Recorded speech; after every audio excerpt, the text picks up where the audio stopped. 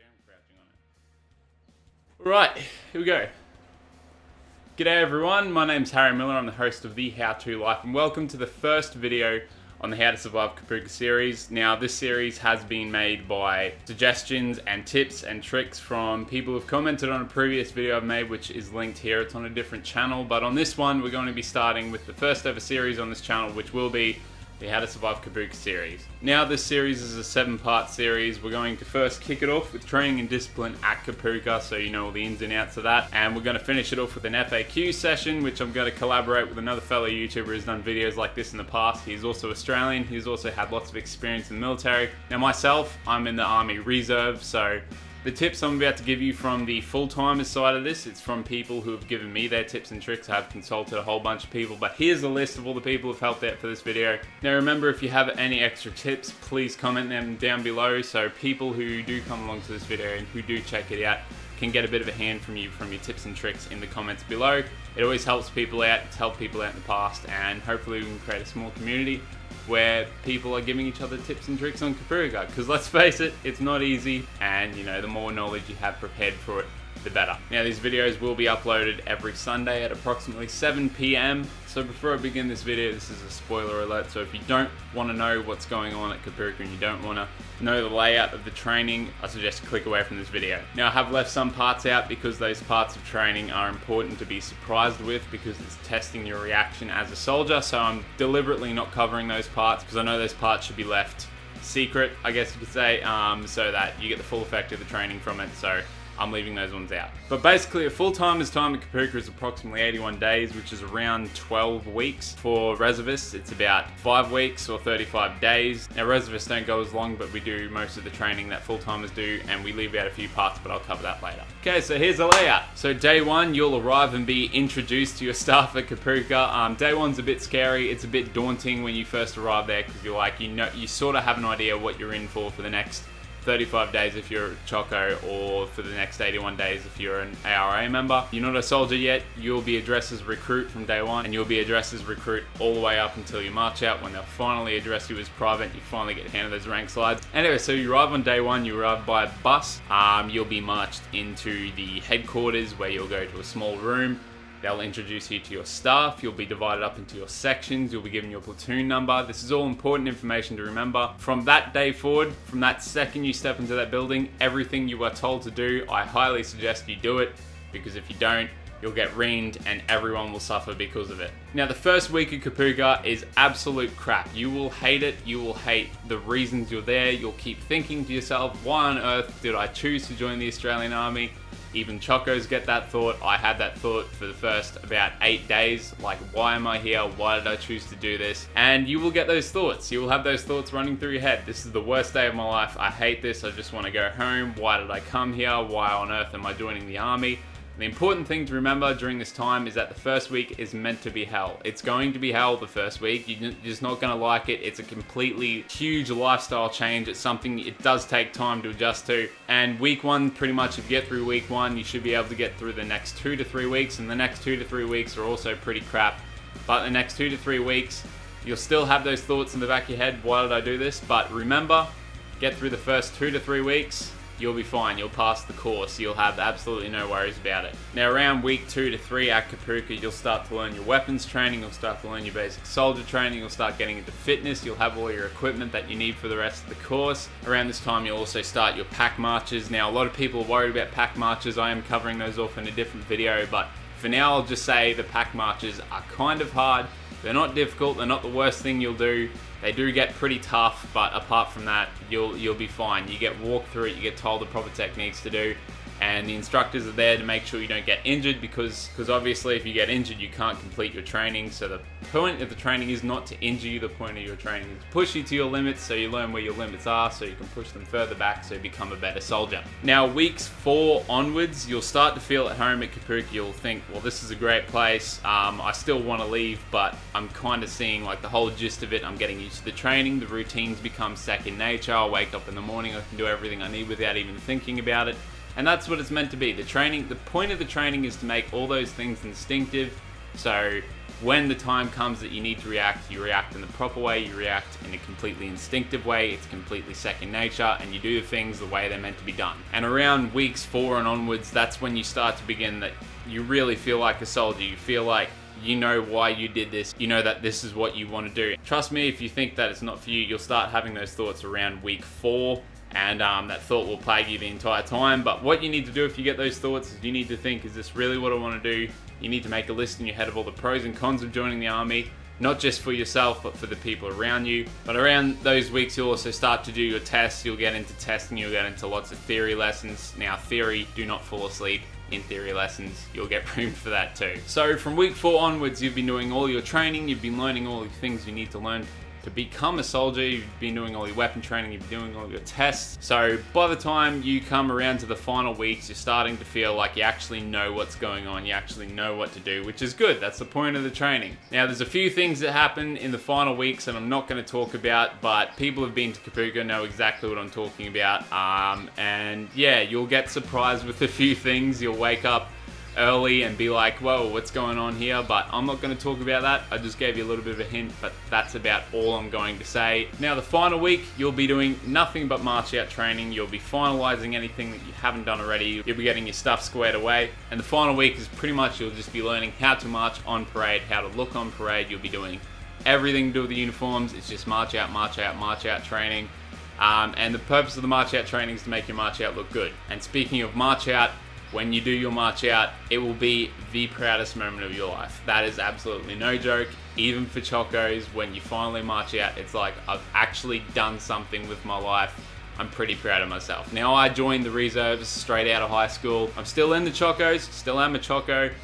And I can honestly say that the march out was a pretty big deal for me. So for all your chocos out there, and this is the part that I know about, it's pretty much the ARA course compressed into 35 days, so you won't have as much time to absorb some of the things you're taught. That doesn't put you at a disadvantage because we have substantially more time when we get back from Kapooka to learn all the stuff that we need to learn. Now, some of the things that we do miss out on are PPE training, and I'm talking about wearing around vests and wearing around helmets and stuff like that. You'll learn all about that when you get back to your unit. We also don't spend as much time out bush, and we don't do the full marksmanship thing, but again, when you get back to your unit, you do that. So if you're a choco and you're at Kapooka and you're worrying that you're not learning all the things you need to do, but you still want to be a choco, when you get back, you can just ask your unit to run you through the training. They probably already will, and the things that you failed at Kapooka, they'll also run you through that because we don't get back squatted. Our training course isn't long enough. So discipline, this is the part that everyone worries about. So remember, you're going to be yelled at, you're going to be told what to do, you're going to be berated, you're going to be verbally harassed, you're going to be insulted. People are going to be calling you swear names left, right, and center. If you don't like swear words, you're just going to have to get over that because they're thrown everywhere at Kapooka. But the thing you need to remember when it comes to this is that that's part of the training. It isn't personal. The instructors aren't out to call you insulting names. They don't hate you. They probably feel a little bit of trepidation towards you because you've just put them on a course where they have to stay on a military base essentially for 35 days straight, wake up at 5 every morning and go out and yell at you, so they've got pretty hoarse voices by the end of it. What you need to remember is that those instructors have been given a very tough task of turning a civilian into a soldier in 35 or 81 days. It's not an easy task. The other thing about these instructors is that they have been hand-picked to make sure that they don't have any prejudice towards anyone who's going to be on the course, they don't feel any hatred towards anyone. They've been hand-picked because they're effective at training people, they've had experience in the military, they know what they're doing, and they need to impart that wisdom onto other people. Now, you don't have to respect the fact that they don't hate you, but you just have to know it. You just have to know that the training isn't personal, completely about turning you and your body of recruits into soldiers. It's not an easy task, like I've said. Just know that they don't hate you, they're not there to get you. They've got a pretty hard task to do. So that's about it for the overall discipline. That's pretty much the only other thing is TPIs. Yeah, discipline's hard. They'll tell you what to do. You need to do it. Don't do anything more. Don't do anything less. Now, self-discipline. Okay, so discipline is pretty important, but self-discipline is an absolute core aspect of discipline. Now, you have the discipline that's instilled by the people around you, and then the most important part is the discipline in yourself. People can tell you what to do, but if you don't have the motivation to do it, you have no self-discipline to do it, the discipline isn't going to work on you. So if you're joining the army, you need to remember that you have to have self-discipline. If you don't have self-discipline, you're gonna have a bad time. Self-discipline's important, but there are a few points that you need to remember about self-discipline. These should help you out. It's important to know why you joined. So a lot of self-discipline comes from a motivating factor. Why did you join the army? Why did you do this? What's your reasons behind coming to the army or wanting to join the army? Now, if you can remember this, the training's still gonna be hard, but it's gonna make it a little bit easier because you're gonna think at the end of the day, this is all hard stuff. It's very difficult to do, but I'm doing it for this reason, or that reason. This is why I'm doing it. This is why I'm putting myself through the toughest 81 days of my life, and that's why I'm here. Pretty much what I'm saying is don't make excuses to why you join the army. You need to know exactly why you join the army. Not excuses, you need to know reasons. Use your meal timings to relax. This is a second tip, and that beautiful 10-minute break 3 times a day is the only certainty you will have at Kapooka. That's the only certainty you'll have, is that they will feed you at this time or around this time for 10 minutes at least, and it's gonna happen 3 times a day. They can't skip meals, they're not allowed to do that, and they have to give you at least 10 minutes. Now, 10 minutes is a completely subjective term. Sometimes it takes you 3 minutes to march to the mess and 3 minutes back, which leaves you about 4 minutes to eat. Now, a lot of you are probably thinking, oh, it's not that short. I'm not lying. That is no joke. The longest breakfast I had, even as a choco at Kapooka, was about, I think it was about 10 minutes. 10 minutes was the longest meal time I had for a breakfast, and that was on the last day that we had for a breakfast. So yeah, you still do get to eat, but before you go to Kapooka, I suggest that you learn how to eat very quickly. But remember, take your meal timings to relax, because it is really the only time that you can do something but also be alone with your thoughts. No one's hassling you, no one's breathing down your neck and yelling in your ear. It's the only time you can really take time to enjoy what you're doing, which is eating food. And yeah, so that's about the only time you can have to relax. You can't sleep in the mess, you can't sleep anywhere else in training except your bed or your bedroll.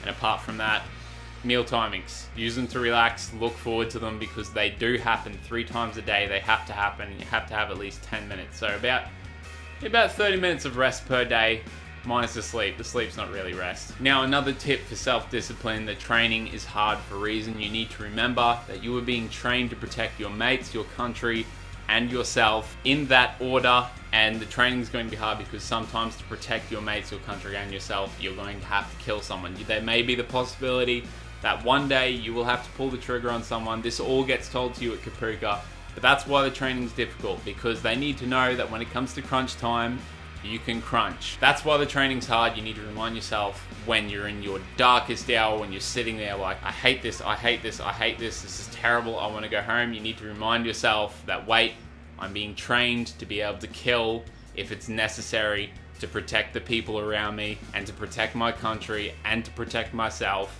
So that's why I need to buckle down and learn this stuff. Okay, so that's that part of self-discipline. You need to know that the training is hard, 1, because they're turning you from a civilian into a soldier, but 2, they're training a civilian who's going to become a soldier how to kill when it's necessary and when it needs to be done. Even for people who take non-combat roles, like say if you're going to be a clerk, which means you won't get put on the front line, you still need to know how to kill, because the rule is at Kapooka, soldier first, corps second. That's the basic rule, is that first of all you are a soldier, and then secondly you're a medic, or you're a engineer, or you're a clerk, for example. But that's the important gist of it, is that you're a soldier and you can do what needs to be done before you worry about your other thing that needs to be done. And on that, okay, this is a thing that comes up from a lot of people who've just come back from Kapooka and a lot of people going to Kapooka. You need to harden up. Just because you complain about something and just because you hate it, that doesn't mean they're going to go any easier on you. In fact, if you complain about something, they're probably going to go harder on you, because you do need to toughen up. You don't see soldiers running around the battlefield and they get a blister on their foot or something and they're like, ow, my blister, and they get carried off in a chopper. If you get a blister, it's put a band-aid on it and keep going, or if you don't have time to put a band-aid on it, keep going, we'll worry about it later. You do need to toughen up. It is a tough job, it is a tough career to chase, and you need to remember that at the end of the day, that you need to be tough to do the job. If you want to complain about something, do it when you get back to your lines, when you have the time to complain, and when something doesn't need to be done. But when it's a task, don't take the time to complain. You can complain later. Remember that. And another final point for self-discipline: always aim to be better and always aim to do your job better. The saying at Kapooka is, if it's good, it's not good enough. I'll let you think about that one. So the final note to end this on is both with training and with discipline. At Kapooka, they're going to ask you to do impossible tasks that you don't think can be done, and most of the time they cannot be done. You will be set up to fail in some cases. And this is pretty much to teach you that failure is always an option, and it's not a very good feeling. There's no winning in failure, and that's the thing that they want you to learn, is that when you fail, you're going to be taught how to succeed. When you fail, you're going to be punished for failing, pretty much. And the reason they do this is to let you know that when it comes to your mission, do not fail. The mission always comes first, and I know that sounds terrible and you think that's the only thing you see in movies, but the mission does come first, and they want to let you know that failure is a terrible, terrible option to take. Do not take failure. Always try to succeed. But the final tip is that there is no such thing as a top-notch job at Kapooka. You can do something perfectly, you can have the personal best, you can do a record for a run or for anything in fitness, or you can be the best shot there ever was at Kapooka, and you will still be told that was good. You won't be told that was great or that was excellent or that's the best thing I've ever seen. There are only two types of recruits at Kapooka when it comes to tests: satisfactory and unsatisfactory. I know that's confusing. You can't be great, satisfactory, and then unsatisfactory. There's only pass or fail. That's it for Kapooka. There's no special treatment for being the special snowflake or passing everything perfectly. You just get treated like every other soldier there. Essentially, your best is your best. It's no one else's best. It's not the best that there's ever been. It's just your best. And even if you try your best and you still get told it's unsatisfactory, that is up to you to fix it. That's up to you to make your best even better. It's not up to the instructors to make you a better person. Your self-discipline is the thing that you need to instill, so that when you get told it's not good enough, you work on it to make it better. And I'm probably going to cover off on that in a later video, but that's all for this one. So thank you very much for watching. I hope you did enjoy this video. I hope it taught you something you didn't know. I hope it taught you something that's going to help you when you go to Kapooka. Remember, if you've got friends going to Kapooka, share this video with them. We can start a nice little community here so that people who are going to Kapooka go prepared. They know what's expected of them. They know what's going to happen, and so that we pretty much send people there who aren't going to have an overall terrible time like most of us have. It can make it a little bit easier. It's still going to be tough. The training is always going to be tough. Nothing's ever going to fix that. The training is always going to be tough no matter how prepared you are. But if you can go a little bit more prepared, it always helps. Now remember, if you have any more tips on the topic of training and discipline for any prospective Australian soldiers down below, or if you're a former Australian soldier yourself or still serving, comment down below what your tips are for Kapooka. Comment down below what's expected of you once you're out of Kapooka. Anything that you think could help someone who's wanting to go into the army, someone who's thinking about joining the army, or someone who has already joined the army but is going through some tough times at, say, initial employment training, or they've got, for some reason, they've got access to the internet at Kapooka. Drop it down below so they can all learn these tips and so that it can help them get through. So that is all from me. Thank you very much for watching, everyone. This has been The How To Life. I was your host, Harry Miller, and I will see you all in the next video next Sunday at 7 o'clock. Thanks very much for watching. Don't forget to check out the links at the end. See ya.